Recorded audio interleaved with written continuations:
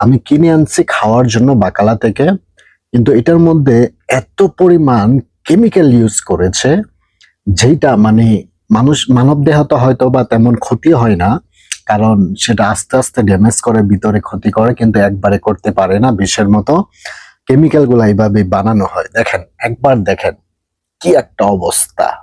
লা হাওলা ওয়ালা কুওয়াতা ইল্লা বিল্লাহ।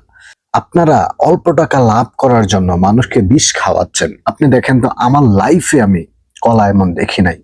ট্রাস্ট মি বলছে, আমি প্রচুর কলা খাই, কিন্তু এই যে হুট করে একটা কলা পেলাম যেটা বেশি কেমিক্যাল দিয়ে হয়তো পাকাইছে, দেখেন তো তেমন কিন্তু এখনো নষ্ট হয় না। উপরে দেখেন, কিন্তু ভিতরে দেখেন কি অবস্থা। আপনারা আপনাদের মতামতটা জানিয়ে যাবেন।